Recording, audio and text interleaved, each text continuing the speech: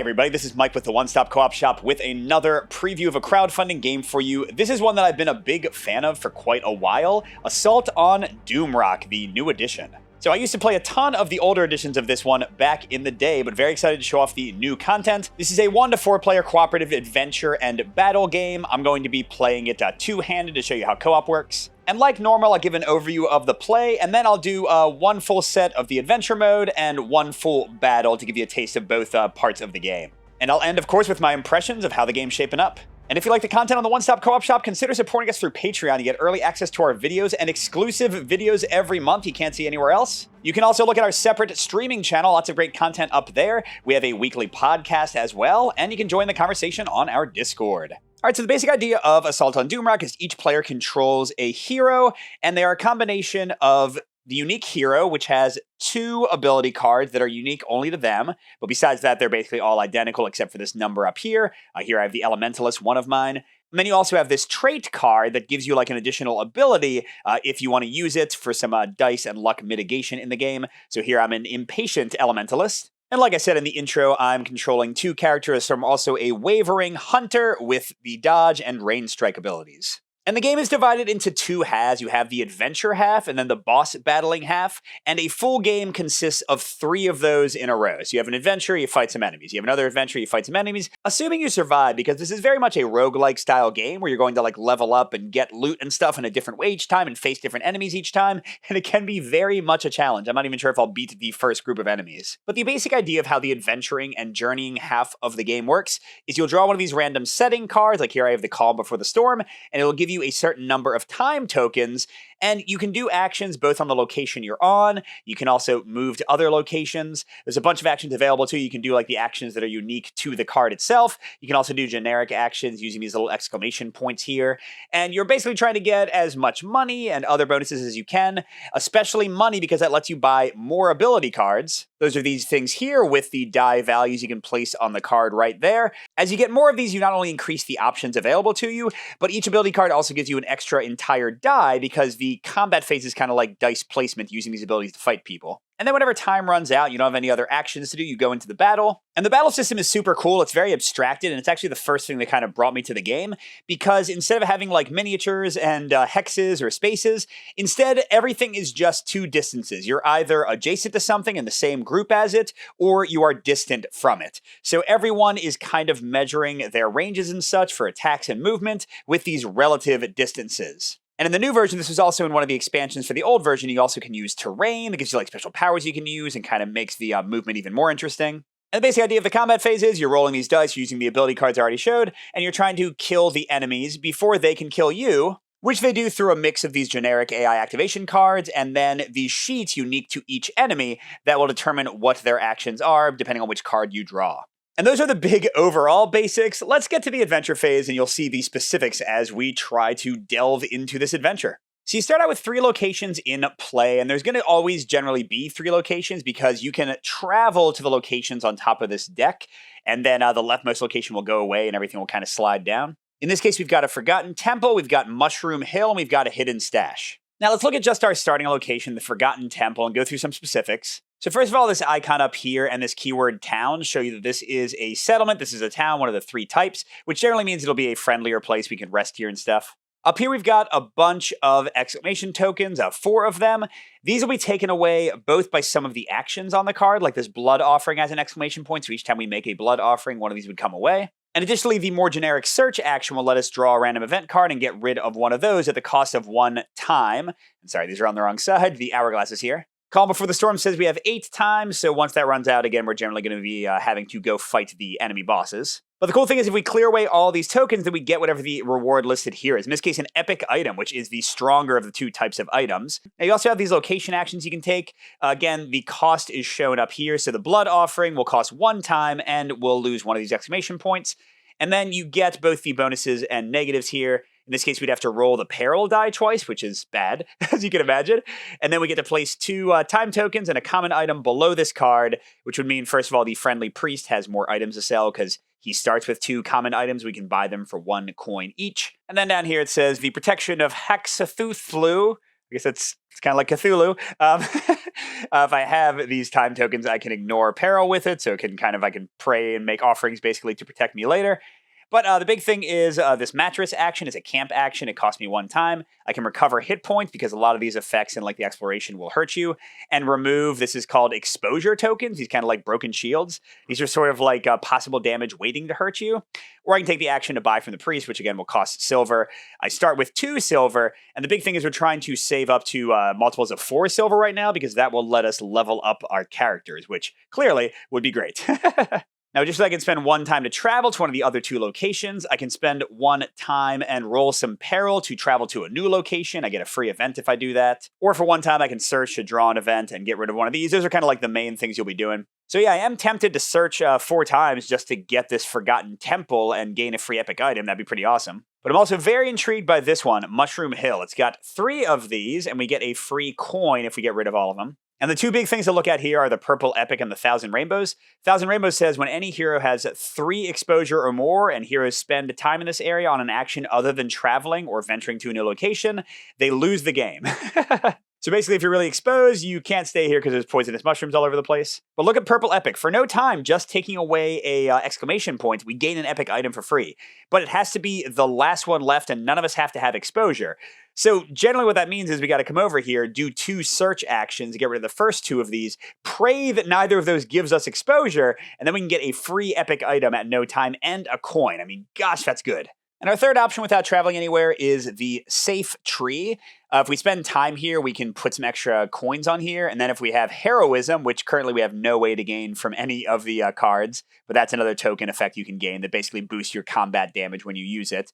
If we can do that, we can get the coins collected here. If we just search here once, we'll get a free coin. We can also camp here, but it's kind of a cruddy camp, and we would need to have heroism to do stuff here. So without heroism, this location is not so great. But yeah, so I'm torn between searching at the Forgotten Temple a bunch, or maybe like going to Mushroom Hill first, searching there a bunch, and then like coming back to the Forgotten Temple, but I don't want to waste the time doing that. So I've got 8 time to play with from our setting card. There it is to bring it into focus. So let's go ahead and do our first action, searching at the Forgotten Temple. So 1 of those goes away, 1 out of 4 toward our epic item and 1 of our 8th time. And then we draw the top event card. Now, nothing in the rules says that these icons matter. Like this is a forest, but I'm in a town right now, so I think you can apply any of them, but if anyone knows that's wrong, feel free to let me know. So, another adventuring party, what would you like to do with them? So you usually have 2 options, and again, there will be like negatives and positives. So here, both of us would take 2 damage. We have 6 life, so if we take 6 damage, we lose immediately.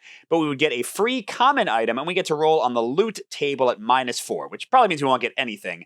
Or we can reveal 2 common items from the top of the deck, and they give 1 of ours for 1 of theirs. We don't have any common items, so let's loot the adventuring party. So we take 2 damage, and everything is equally applied across both heroes, but if we gain tokens during this adventuring phase or take damage, so we'll take 2 for each of us. We're at 4 out of 6. But then we get a free common item, we get to roll on the loot table. And here's the loot table. It's on the setting card, and some effects actually have their own loot. Ooh, but 0 here is +1, so -4 actually shouldn't be too bad. And yeah, 1, I think you can't go below 0. So we just got 1 money. That's pretty amazing. Then we get the Shield of Doom for our common item. Used during the roll phase, I can rotate 1 die result to a value of 1, because a 1 lets you get armor whenever you want to use it. And items, unless they're consumable, can be used every turn. So for 1 of our 2 hand slots on 1 of our heroes, we can gain some consistent defense. I don't have to equip this to anybody yet. We equip items like at the beginning of the battle, but that's a cool thing to have. All right, 3 more times, and we can get that epic item. So let's do it again. Let's search. And we find some circus ruins. Makeup tools are laying scattered. All that remains now is to act. Okay, so we can either put on clown makeup or camouflage. And again, both our characters are going to gain this. The top icon is provoke, basically taunting. You go to kind of the front of the enemy's preferences for who they attack. And you can also discard it to like take an attack for somebody else. And then camouflage, that's the stealth icon. You can discard that for different bonuses, and sometimes like other abilities help with it. And it puts you at the bottom of the priority for the enemies. So let's go for stealth, because that's usually pretty consistently easy to use for bonuses. These are big tokens, and again, they're going to both of my heroes, because everything in the adventure phase goes to everybody. All right, still going for it. We got 1 more before we get that epic item. We find an elevator. Unexpected. You may also set up camp in it. Okay, remove all exclamation points from this area and gain the expiration bonus if at least 1 was removed. Awesome. Or camp to gain 2 hit points and remove 2 exposure. So that would be saving us 1 time because we wouldn't have to get rid of that last exclamation point, but we're going to have to camp anyway. Now, camping is where you can level up, but I am 1 gold or 1 silver shy of doing that. But the 2 hit point healing would get us back to full power. I'm going to do the elevator and save the time. I can always camp later. And I can gamp with the Mattress at the Forgotten Temple, which heals 4 hit points, so it's more effective anyway. All right, so this goes away immediately without me having to do an event or anything, and I get an epic item, come on. And I get the Adamantite Armor. Use when dealt damage, I can gain 2 exposure instead of taking 1 or 2 of that damage. And exposure, will sometimes deal damage to you, but sometimes won't, and there's also ways to get rid of it. So that's certainly a nice thing. Now, I didn't say, but most items have a requirement for your attributes to be able to equip them. In this case, I need 2 strength and 1 intelligence. Which means the Elementalist is very close to being able to equip it. She's got 1 intelligence on her attunement skill and 1 strength on her blast wave, so your actual ability cards show you your attributes. So if she's the first one to level up and she gets another strength card, then she could also equip this armor. That would be pretty cool. I'm a little sad that I'm getting all defense stuff. I want some weapons. Now, it's worth noting that I have some options here. I can shop, as we already said, for this shuriken or for this pipe of regeneration. That's a healing item that boosts range attacks. Neither of those is very good for me right now. But you can also sell items. 2 common items or 1 epic item can be sold for 1 silver. So I could sell the armor I just got to get to my 4th silver and be ready to level up. But that seems like not as much fun as keeping awesome armor, right? How much time do I have left? I think I have, 5 left. So let's see. Do I have time? If I went 1 to travel here, 2, 3 to get rid of these. Getting rid of the last secret would be free. I would get another money. I would get an epic item. So that's 2, 3, 4 to come back, and 5 to rest. It might not all work out, but I like the possibilities. Let's spend a time to move to the Mushroom Hill. All right, and then I'm going to search once, search again, and hope that I don't get any exposure to stop me from getting that purple epic. And my first search is an armor rack. Bunch of shields for cowards. Okay, cool. So I'm rolling a d6. This is a unique loot card, so I'm not using the generic loot on the setting card. And more armor. I don't really need that. 5. Plus 1 epic armor. What the heck? Are you serious? So I found the first epic armor in the deck. After the initial encounter setup, you may place your hero in any group. So I can move after the encounter is set up. I can use it once per turn to gain stealth, or I can use it if I have no exposure to gain a shield. That's pretty great. 2 agility and 1 strength. My hunter has 1 agility and 1 strength, so if she's the one to level up, then I could use this. So yeah, I might want to sell one of the 2 epic armors to make it easier for me to level up. But either way, the plan is working out perfectly. Let's go one more time. Come on, don't give me exposure. Oh yeah, you can definitely give me an epic chest with shiny and or pointy stuff. Okay, let's roll and see how this goes. And I honestly don't need the items. It's give me some money, man. 4, 2 money, yes! All right, that brings me to 5 silver, pretty great. And then with the purple epic, I get to grab this for free because none of us are exposed. So that's another silver, finishing this off, and an epic item. Wow, this worked out amazingly. The first epic item is a tassel. Prepare your other item that is not a 2-handed weapon. Oh, so I could I could use my ambusher's vest twice and get 2 shields in a given turn.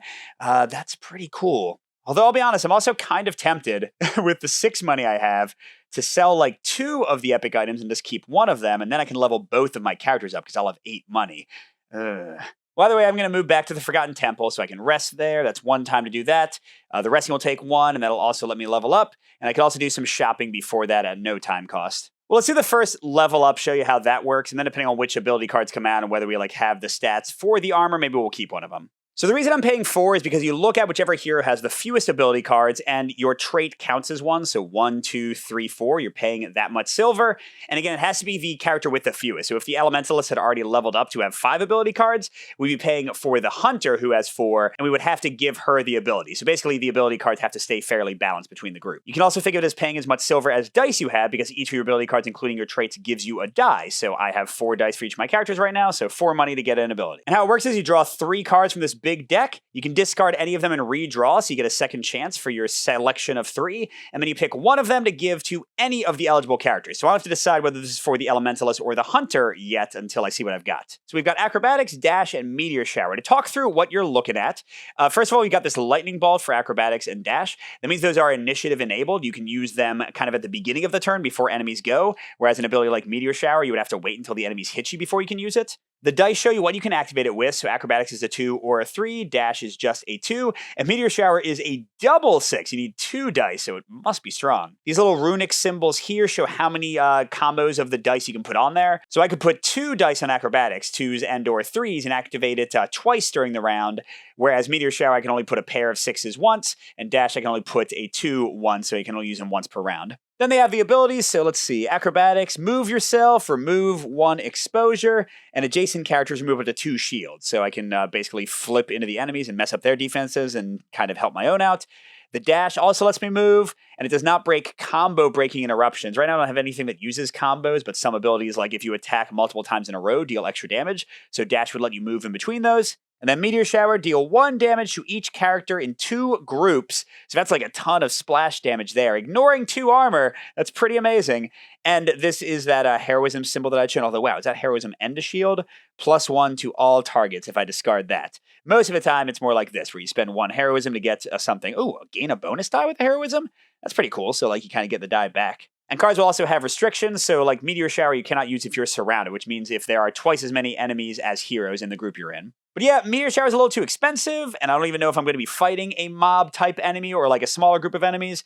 I don't need the movement necessarily, so I'm getting rid of all of these and drawing another 3. Or what are my options now? I've got Quickness, Rearm, and Aura of Might. Aura of Might has this lock icon. That means you can leave the die there, and you gain 1 or more ongoing benefits. In this case, adjacent heroes deal +1 with their attacks while I have it, and you ignore 1 armor when attacking targets who have at least 1 exposure. That's decent. I feel like that's better for later in the game when we have more dice. Okay, Rearm, it's initiative enabled. I can use it twice. Deal 3 damage to an adjacent character. Oh my gosh. And if this attack was a combo or dealt overkill damage, that means I dealt more damage than I needed to kill them, or I had already attacked the same enemy previously, the action before, you may prepare 1 of your items. Oh, that's great. You get to use an item again. Okay, and then Quickness. Abilities of target hero become initiative enabled. That's pretty nice too. I can use that and pick 1 hero and they can like do all their stuff before the enemies go. But yeah, Rearm is pretty crazy. I mean, 3 damage with initiative, and it's got agility, so if I give it to my hunter, then she'll be able to equip that to 1 armor that was 2 agility and 1 strength, although it's a melee attack, and she's supposed to be like the ranged person. But maybe it's good to have the flexibility to do both, I guess. It also attacks on a 4, whereas her range strike is a 5/6, and her maneuver is a 3. So I like that one a lot. Yeah, I'm going to give that to her. So that's it for our first level up. Do I want to sell 2 of my epic items? I mean, I can't even use 1 of them right now. So I think the answer is yes. I'm going to get rid of the adamantine armor and or adamantite and the tassel. Keep the ambusher's vest because now my hunter can use it. And that'll give me 4 more money, and I'll level up the elementalist. It has to be the elementalist because she now has the fewest abilities. Now we do still have the Shield of Doom. All right, so the Elementalist does 1 giant hit to somebody in melee and can also do like splash damage to people. That's kind of her whole thing. So let's see what our first options are. Dodge roll. When dealt exposure or damage from an enemy effect, you are dealt no exposure, and you may immediately activate 1 of your abilities by removing dice from that ability and interrupting incoming enemy actions. Oh, so I could like even kill them off before they hit me? Ignite. Deal 2 damage to a character, ignoring 1 armor. That's pretty great. Ooh, and deal 1 exposure to up to 2 adjacent characters after the attack for each overkill damage. Although, with only 2 damage, I won't usually be overkilling them. Or another giant spell, Combustion. Deal 4 damage to a character. Yeah. And then push back from exposure. That's one of the icons that shows up on the exposure because you flip them when you deal damage to the person. You'll see all this when we get to the fight. Counts as +1 damage instead of pushback. And with heroism, this ignores 2 armor. But again, so her blast wave is a 5/6, but she can only activate it once. So she is likely to have, or he, did I make this a he? No, it's a she. She is likely to have some more like 5s and 6s, but a double, and I don't really love this one. I don't know. Let's go for 3 more options again. Inner Power. Remove an exposure from yourself to gain Restore 1. That's pretty cool. So if I have an exposure to remove, I can heal 1. It's a 2. It's initiative enabled. And then if I have a stealth to spend, adjacent hero removes 1 exposure to gain Restore 1. So you can also heal somebody else. Or a heroism can push somebody or a bunch of people. Yeah, I don't know. Ooh, Chain Lightning. I like the sound of that. Deal 3 to a character, ignoring 1 armor. That is a lot of damage. And then if possible, deal 1 damage, ignoring 1 armor to an exposed character adjacent to the original target. Now, that could hit me or one of my friends, but this one is nice. And look, it just says to a character. It's not adjacent. So that would give the Elementalist some range combat or shrapnel. Use with your ranged or melee attack. Deal +2 damage to 1 target, then deal 1 exposure to each character adjacent to the target. Ooh. That would certainly make the Elementalist Blast Wave ridiculously powerful, but the negative is that since she's a melee character, that would expose her. So yeah, let's go with Chain Lightning. So she's now 2 intelligence and 1 strength, but we don't have any armor left because we got rid of it. So that's all that she can do. And finally, for our last time, we'll camp. We can get rid of 2 exposure. We don't have any. And we can gain up to 4 hit points back. We each have 2 missing, so we'll be back to our full 6 and ready for the fight. All right, so we can get rid of all of this stuff, and we're going into combat. So you randomly have an enemy for each of the 3 phases in the game. We're doing a level 1 one, and we didn't scout it. You can do that sometimes. Oh, we are fighting the BLOB. I've seen those movies. So each of the enemies has their own unique little sheet. On the back, it'll tell you their AI activations, but the front gives you some basic setup information. So first of all, it tells us how many blobs we're going to have, which is, oh wow, only 3 minions. Usually it's a lot more, but oh, they have 8 hit points each. That makes sense. They are monsters. We're just going to have 2 terrain on the board. You can play with the terrain doing nothing. It's just kind of like a touchstone for movement, but we're going to use the actual terrain rules. That's like an optional module you can use with this version. So we're going to send out our 3 blobs. We're going to send out our heroes. They can be in a group with each other, or they can split off on their own. We'll kind of see how the terrain looks. And we're also building the enemy AI deck with a 2, a 3, an ace, and a joker. All this extra stuff is for higher player counts. So wow, it's a very small deck. We're going to see like the same cards over and over again. All right, so let's find our terrain. Let's get our blobs set up, and we'll show you how things work. All right, here we go. Everything's set up. It doesn't take very long. We've got our 3 blobs, and they're just stacks of health tokens. Each token has kind of its good side, and then its partially broken side. That's 2 health. That's 1. So right now they're each 4 tokens, so that's 8 health. Got my hunter and my elementalist here, and our random terrain turned out with the evil staring goat. And basically, this is something that we can use with a 4-die, any of our heroes, to gain a bonus, but if we don't use it, the enemies use it for some kind of negative. And we've also got a pile of shields over here that I should push. That's the only grouped element currently. So these people are all each in different distant groups, and this one blob is grouped with the terrain. And I can't forget equipping things. Let's give the Elementalist the Shield of Doom to rotate a die to a 1 if she needs it for defense. And then let's give the Hunter the Ambusher's Vest to gain stealth, or if she has no exposure, to gain a shield. Awesome. And they have like slots for these. I'm just going to put it underneath because clearly we're not worried about any other items. And I have to take the 4 AI cards indicated, I shuffle them together into a little activation deck, and we're ready to go. All right, so the steps of a battle are pretty straightforward. First, we have the roll phase, where we each roll a number of dice equal to our ability cards. Right now, we're both at 5. 1, 2, 3, 4, 5. And it's sort of a Yahtzee-ish or dice throne mechanic. You can re-roll any dice you want, up to 3 times total. So 3 rolls total, I should say. So kind of like 2 re-rolls after the initial roll. And then you get to assign your dice. Again, they have to be the specific values indicated, or like in the case of your trait here, it can be any value. You can only put as many dice or dice combos as the number of runes there. And additionally, any of the heroes can put the indicated dice on terrain. That will stop the enemy from activating and also give us an option to activate it for some kind of bonus. After that, we resolve any start of round abilities. The most consistent one is your trait card.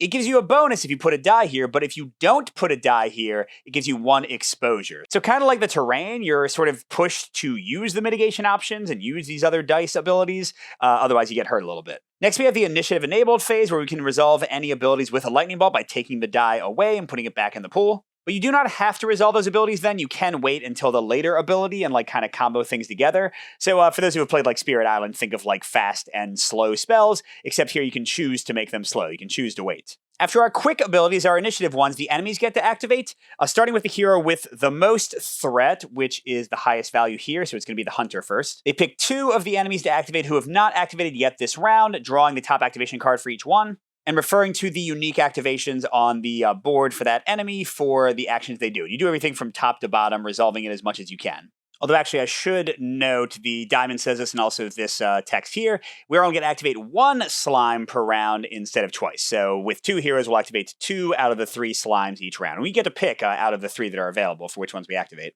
After that enemy phase, we come back to our heroes. We can activate all of the non-initiative enabled abilities, spend the rest of our dice. Then we go to the end of round phase. The big thing for that one is that every like positive token, like the stealth or shields or whatever you might have gotten, those all go away if you haven't used them. So you kind of have to use them or lose them by the end of the round. Then you go to another round and repeat it until either you're all dead or they are. But it's smart to be forewarned, so let's see what we have going on. So first of all, every enemy has a use for stealth, as I had mentioned. Oh, this is interesting. You can discard your stealth token to gain a provoke token. Just kind of like flip yourself from being little to being a big threat.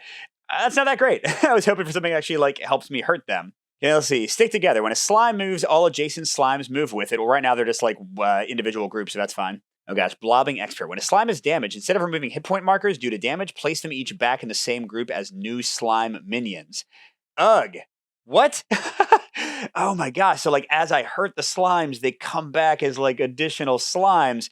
But this effect does not occur with the final token in stack. Okay, so that totally makes sense. So gosh, I mean, think of, I don't know, every adventure game ever. I'm thinking of, I don't know, Ocarina of Time. I've been replaying that recently, and the slimes in that one would like get smaller and smaller until you could finally kill them off. So wow, I'm going to have to not deal the 24 damage, 8 times 3 I thought I was going to have to deal. I'm going to have to deal it like over and over and over again. Oh my god. But the nice thing is they don't activate it often. Now let's see what we have coming up. With a 2, they attack an adjacent person. They move unless they're already engaged with somebody, and then they deal more damage, so being adjacent to them is going to get us hurt more with that one. 3 is an acid splash. If my hit points are even, deal 1, so we want to like keep them at odd hit points. And then armor stripper, they remove armor tokens, and then they deal, so okay, this is like a range attack, melee attack. Ace hurts adjacent, moves, oh, I think that's, yes, okay, so the 2 and the ace, are they identical?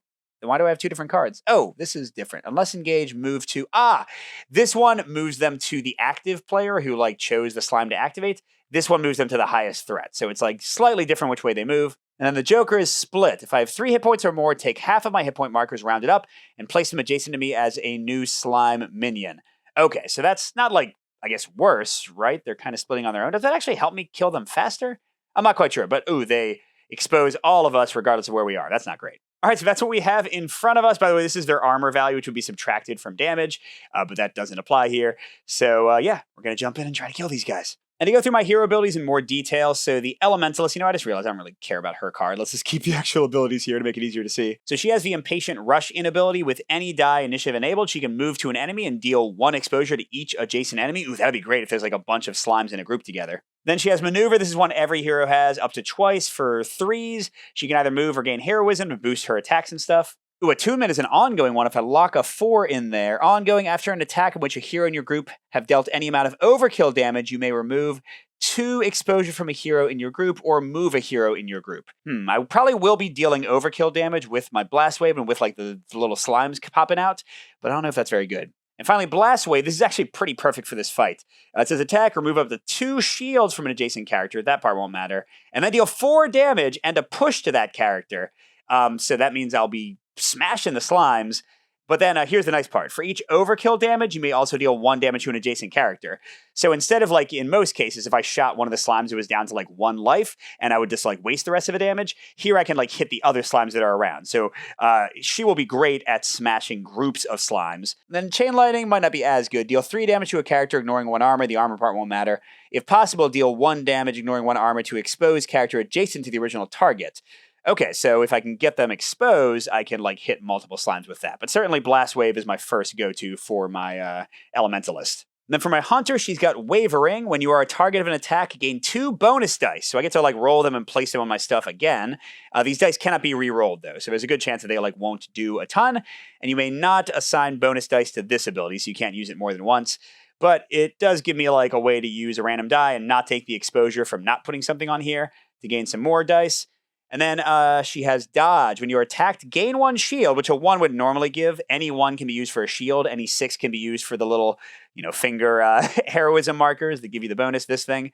And then after the attack, move to an empty group. So this is for her to use her Rain Strike more consistently. She can run away from people because she cannot use Rain Strike if she is engaged with an enemy. But when she attacks, she deals 2 damage to a character, anybody, and it's with a 5 or 6, and it's initiative enabled, so I get to start pelting them right now. Okay, then finally, Maneuver. We already saw that. And Rearm, we saw that's going to do 3 damage to an adjacent character. And then if it was a combo or dealt overkill, I can prepare one of my items. So I could get my Ambusher's Vest back to use again, which if I'm not exposed will give me more shields. That's the way to go here. All right. Well, that's right. I can put her in any group. I mean, I don't know if I want her with the slimes yet, right? Unless I'm going to like use the Rearm. But no, then she can't use Range Strike, so we'll just let it go. All right, so 5 dice for her. The initial roll, let's see. That's a lot of 2s and 4s and 3s. Okay, well, the 4 is fine. I can put that to the side because Rearm likes that. And then I'd really like a Dodge, or I guess I could save the 3 for a Maneuver. Sure, let's keep the 3 and the 4 for now. Try to get, there we go, some 5s and 6s. And then for my last one, let's roll it. I'll probably just use Panic Attack. Yeah, okay, so we can like do that, and that, and that, and a little maneuvering to get away from my Rain Strike to work, or to run up to somebody to hit him with Rearm. Now, I might take one of those and put it on one of the terrain cards, but first let's see how the Elementalist does. All right, so she really wants that 6. Okay, that was not it. So Russian will let me run up to somebody because she wants to be at melee range for this. So honestly, I'm just going to reroll all of those. Well, I did have a 5. So maybe we'll keep that. And go for, okay, there we go. A 5 and a 6. My second roll. So I want to keep those for my 2 big attacks. And then I don't really care about attunement. Do I want maneuver? I think she might like do that. Maybe get a shield. I don't know. And let's see what this is. It's another 5, but I can only put 1 on there. So that can maybe go on the terrain. Looking at the terrain options, the evil staring goat. If I put a 4 on, oh, that's right, it has to be a 4 specifically. I forgot about that. We gain a heroism for putting it on the goat, but if I let the enemies have it, don't put a die on here at the end of the round, they will move the goat to the lowest threat character and deal 1 damage to each adjacent hero. So the goat will charge at us in anger. Then the shield, is also restricted at 2 or 3. A lot of these are like, you can use any die. Oh, it lets you move to the terrain. That's pretty cool. And then if you're adjacent to the terrain, you can give any hero 1 shield, and then you move to a distant group, so you kind of move off by yourself. That's pretty good too. But if we let the enemies get it, they move there and gain 1 hit points, which, with the way the slimes work, it's kind of like give them double hit points, so I don't want that. All right, so let's see. For the Elementalist, we can use this 3 on the pile of shields to get that ready. And then the 5 can activate Rush, and we'll still get the defense here. And we could pull off the rearm to use the goat. I mean, it gets us a heroic token, which I could use on my range strike to make it 3 damage instead of 2. And then we also don't take a free damage from the goat charging us. So yeah, I guess I'll do that and not use rearm this turn, darn. And with all that, we go to the start of the round. Neither of my heroes did not place a die on their trait, so we don't get any free exposure. Then we go into initiative enabled. So let's see, I could start doing some range strikes, and I might as well, because that way I don't have to worry about the enemies like moving next to me. So let's start shooting. So each of these is 2 damage, but I could go ahead and use the goat now. And by the way, either hero can use it. You don't have to like remember whose die it was, because you recalculate your full dice at the end of each round anyway. So yeah, let's go ahead and use that now. You flip it over so you know that the enemy doesn't get the benefit from it. And I will give the archer the heroism token. And then, pile of shields. I do want to give somebody a shield. Oh, I forgot. The 1 I saved for my Elementalist gets me a shield. And these are used to stop damage before you actually suffer the damage. So yeah, that means the Elementalist has 1 shield. And then let's go ahead and use the pile of shields. I'll move the Elementalist here. Then any hero gains 1 shield. And then I move to a distant group. So I guess I don't really need to have these things all separate from each other. I can just have everything right next to each other as long as I show where the groups are. All right, so they both got 1 shield right now, and all of the dice on the terrain is gone. Oh, and the hunter should definitely use her ambusher's vest because she doesn't have any exposure. So now she's at 2 shields. That's pretty nice. I mean, yeah, we're just going to do some range strikes. So 2 damage and 3 damage to any character. So let's do the 3 damage first. So I take 2 away. Let's say I'm doing this guy, and that flips to damage. And then this token comes off as a new slime. And then for the 2 damage, do I want to have like a bunch of slimes or just want to like blast that guy and kill him? I guess having more slimes on the board isn't the worst thing in the world. Because like my chain lightning and the blast wave could deal some extra damage. So yeah, I don't know. Let's like smack a token off of this guy for 2 damage and make another smaller slime. Or actually, no, I guess I'll keep on doing the same group. So that one would, if I did 2 damage, that one would come off, and then that one would be like that. I think that's how it works, which is more like damage one, so that might be good. I don't really know yet. But that sets them up for the Elementalist to like run in and expose them with her rush in and deal chain lightning and all this fun stuff. That should be good. Although, the Elementalist cannot use her ability if she's already engaged with people, so I guess I want her to do it now. So yeah, she's going to use her initiative-enabled Russian. She can move to an enemy and then deal 1 exposure to each adjacent enemy. These are face-down tokens, and a lot of them have damage on the back, or they push the enemy. Some of the damage is contingent on which round it is. You got to track like the rounds. So yeah, let's try this out. So boom, and then there we go, which means they are vulnerable to her chain lightning combo. Love it. But that's it for initiative enabled. So let's start activating. The hunter has the highest threat, so she has to pick somebody first. And she doesn't have her dodge. Well, it's okay. We'll have, I don't know, this guy activate. We draw a card and it's an ace. It says Acid Burns. Deal 1 to an adjacent hero, and it prefers the active hero. That's the green thing. Otherwise, the hero with the highest threat. That doesn't apply because he's not adjacent. Okay, unless engaged, move to the highest threat, which is the hunter herself, and then melt face. Deal 2 damage to an adjacent enemy. So he's running into a group with the hunter and then dealing 2 damage. Now, before the attack fully resolves, she's going to use her panic attack, so she gets to roll 2 dice and place them. Gosh, hopefully more range strikes or rearms. That'd be amazing. Oh, what do we get? Okay, I can maneuver again and range strike. That's great. And then the 2 damage happens, but lucky us, ha ha ha, nothing doing. We don't take any damage. That was awesome. All right, and then the Elementalist is going to choose. Now, the bad thing here is he is like surrounded by people because, again, when there's twice as many enemies or more. So if I activate this one, I'm less likely to take damage because if I get the 2, they would deal extra damage if they're adjacent, and right now he's not. But I don't necessarily want to get more people on me. See, I'm going to activate, I don't know, like the guy with the most life right here. Oh, this worked out great. I knew that I should leave them kind of broken because I remembered that the acid splash was better. If my hit points is even, it's not because he has a broken health on top, deal 1 damage, so that's ignored. Oh no, armor stripper, remove 2 armor from the person and then deal 2 damage. Darn, so he loses his 1 armor, then he takes 2 actual damage. Oh, I forgot about my Shield of Doom, so that's not great. That's 2 out of 6, 1/3 dead. Ouch! But that's the end of their activation, so now we can go a little bit wild and attack things. And I think first I want to do Chain Lightning with this guy because the exposure tokens get revealed and resolved once you attack the people. So to gain the bonus from this, which says if possible deal 1 damage ignoring 1 armor to an exposed character adjacent to the original target, to have that happen they need to have the exposure token still.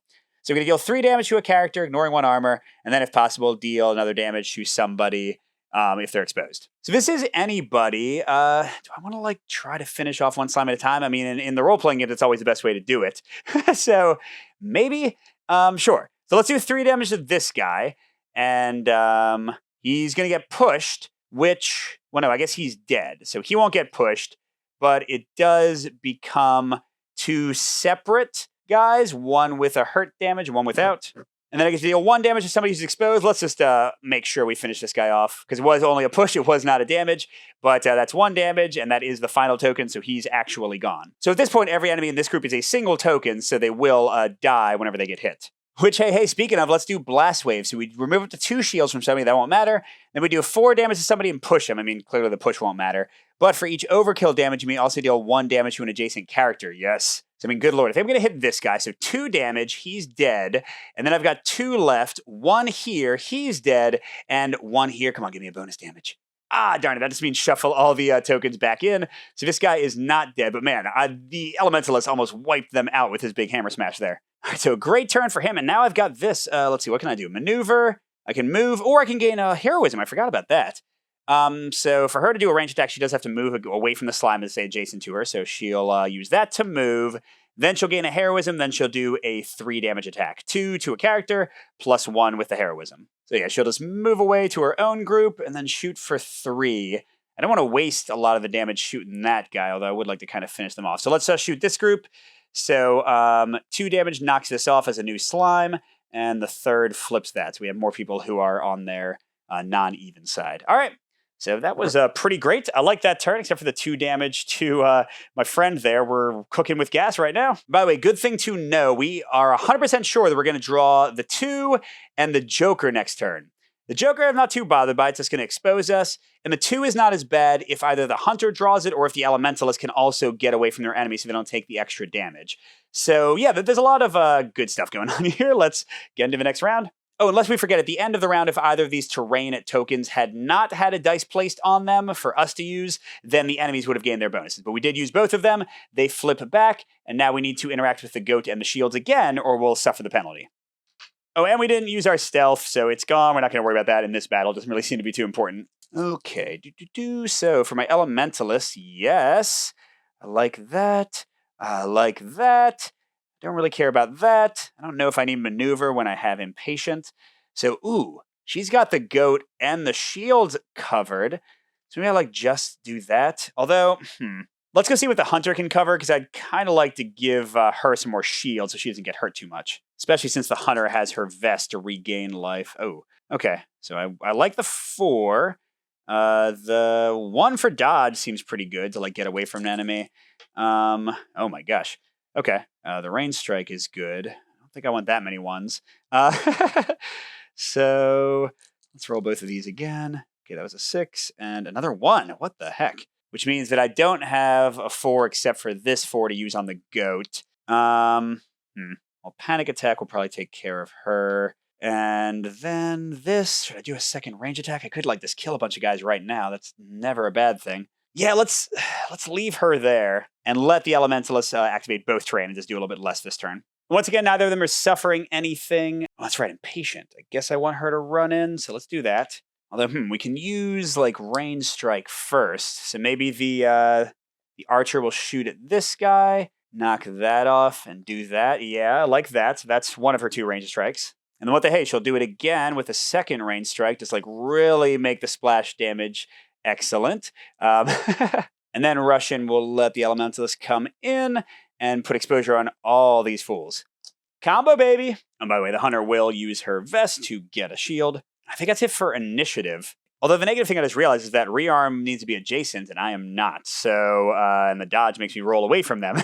So hopefully wavering will like give me a 3 for maneuvering, or I'll have just kind of wasted that 4. Okay, Hunter's activating hers first. We don't want to do any of them, because again, the 2 is going to deal extra damage if it's adjacent to somebody. So I don't know if it matters too much. Let's do the big guy who's left. And it is the 2. So deal adjacent, unless engaged, moved to the archer, and then deal 2 to an adjacent enemy. So he runs over here, and then a lot happens with the 2 attack. Because first we're going to use the panic attack, and come on. Okay. Range strike, and a big fat nothing.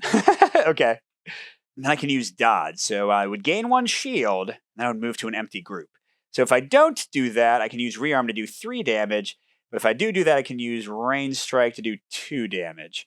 So it seems like I want to use rearm, right? Although I might be surrounding myself, and I can't just kill everybody like the Elementalist does. So I think I dodge and get the shield and just kind of waste the rearm. I guess I will be putting that on the goat. That's not as good for the Hunter as I thought it would be. So the 2 damage happens. We block it all. She's still pristine. And then she moves to a distant group ready to shoot somebody. All right, and then the split happens. It doesn't really matter because none of them have a lot of life. So it doesn't matter who I pick. Because all it does is split them if they have 3 hit points or more, which only that one guy did, and he already activated. So it's just going to deal 2 exposure to each of us. Which I will definitely say is not great, because those could be 2 extra damage on top of whatever they actually deal to us, and could like kill the Elementalist in 1 shot. Speaking of the Elementalist, let's Chain Lightning, baby. So 3 to 1 character. We'll do it to the guy with the most life left. We don't really care, but that would mean an extra damage if it was round 1. It's currently round 2, so that doesn't apply.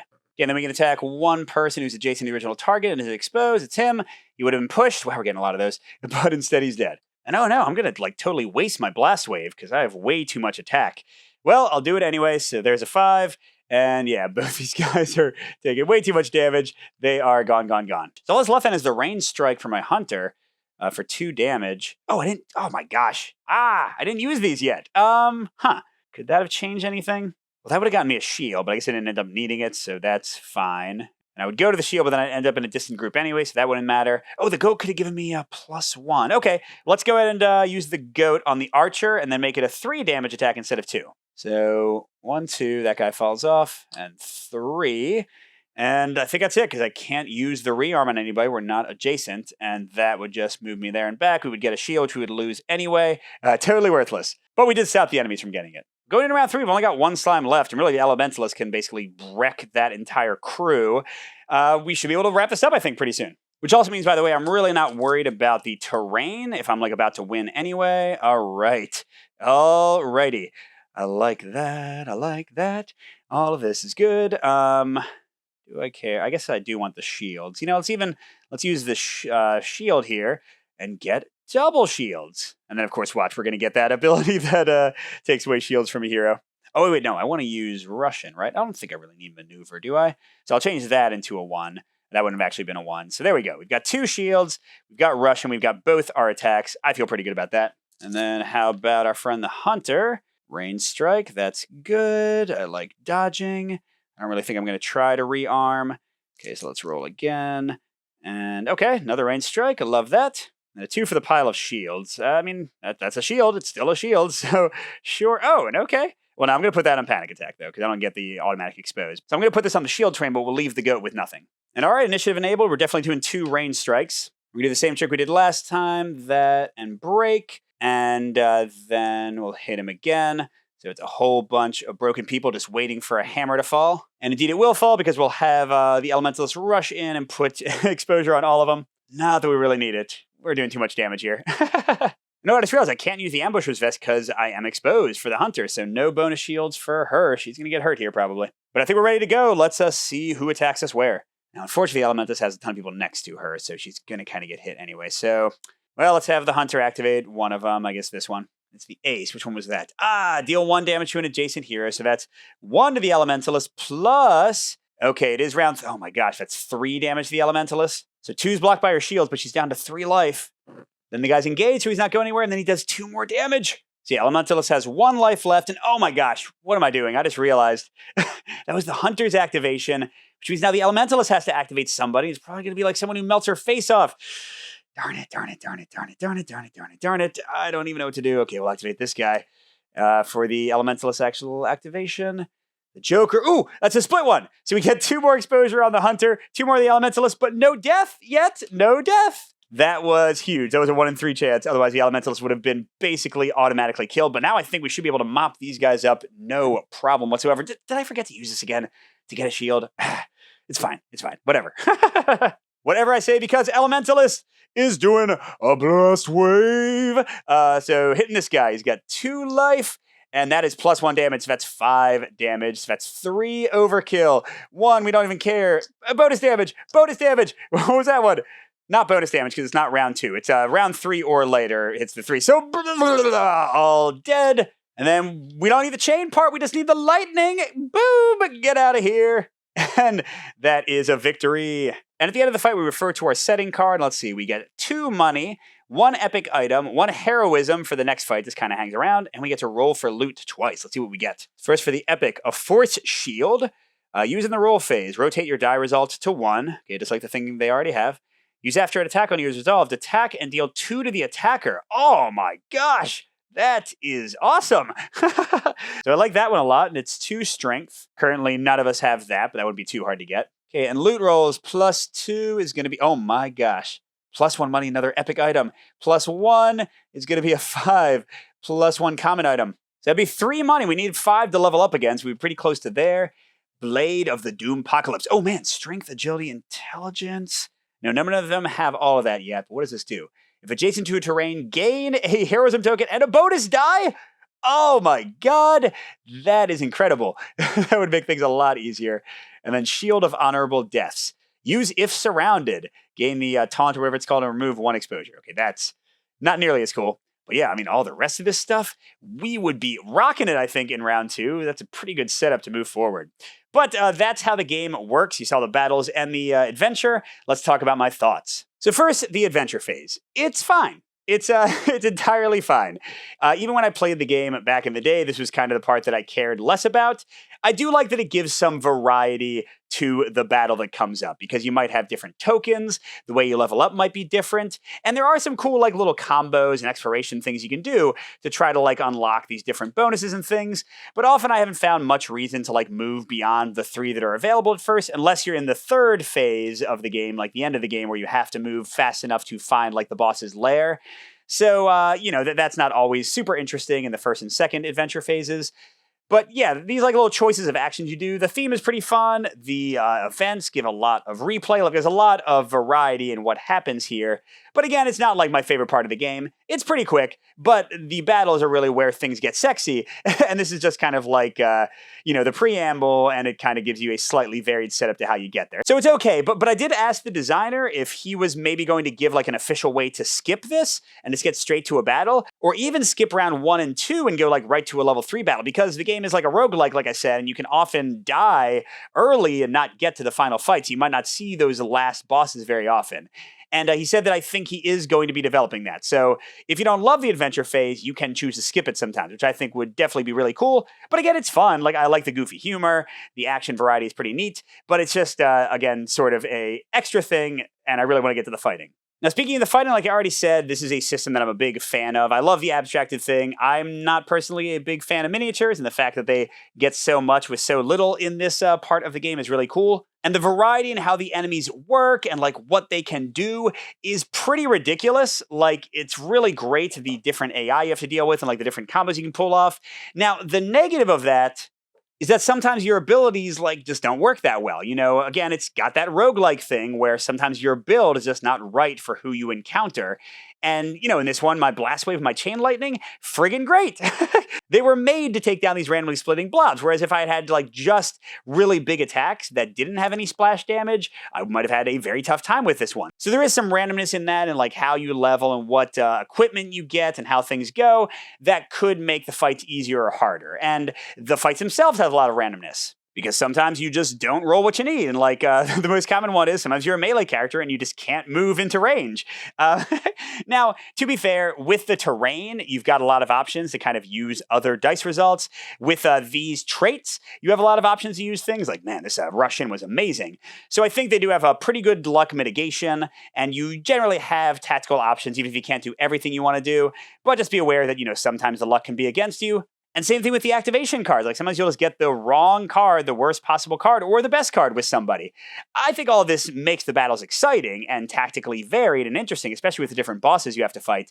But, it might frustrate people who aren't looking for a ton of randomness. There's certainly a lot cropping its head up in here. Now, to mention a few other things, they do have a true solo mode they're working on. I didn't find it to be super balanced yet. That's why I didn't show it in the video. I find that it's quite a bit harder because the thug basically has like a little activation deck that has him do stuff if you set him up in the right way. And then he also gives you one die or a few dice, depending on how much you've leveled him up. But I found that he was, in my opinion, markedly weaker than an actual second hero. So I think unless they beef him up a little bit, I'd probably still play two-handed over True Solo. But if they get it to work, I love the puzzle of trying to set up the guy to do his bonus actions. Like if you can kind of think through your turn, you can make him do the best stuff too. So I think that's really cool, like making the kind of this helper AI work in your favor, but I just don't think they got the balance right yet, so I hope they keep on working on that. I'm also not 100% sure about the balance with the terrain. As you saw, there are generally 2 pieces in each fight, and you can each put 1 die on it. So with 4 players, you have a lot of extra dice, and it's really easy to activate the terrain every time. With 2 players, and especially in True Solo right now, it's very sometimes tough to activate the terrain, especially if it's not effect you want. So then even though it's kind of there for dice mitigation, you can feel like you're being punished because the AI is getting all these extra options. Now this is totally an optional thing. If you just want to have them be on their boring side and they don't do anything, you can do that. But I am curious how the terrain is better balanced for multiple player counts. I feel like right now it's not quite there. Well, like I said, I've been a fan of Doomrock for a long time. If you like really interesting dice placement, if you like tactical combat puzzles, if you like huge variety in the enemies you're going to face and trying out new strategy against new bosses, if you like a mix of kind of narrative light adventuring and really interesting character builds and creating different combos of ability cards and gear and all that stuff, I think this one could be a winner for you. But again, watch out for the randomness. The exploration phase, the adventure phase might not work for some people because it's kind of separate from the rest of the stuff. The battles can be random, they can be punishing, and like a lot of roguelikes, you will often die early and not even get to see the final boss, let alone defeat them. So all those things are good to be aware of. Thanks for watching, and I'll see you at the next stop.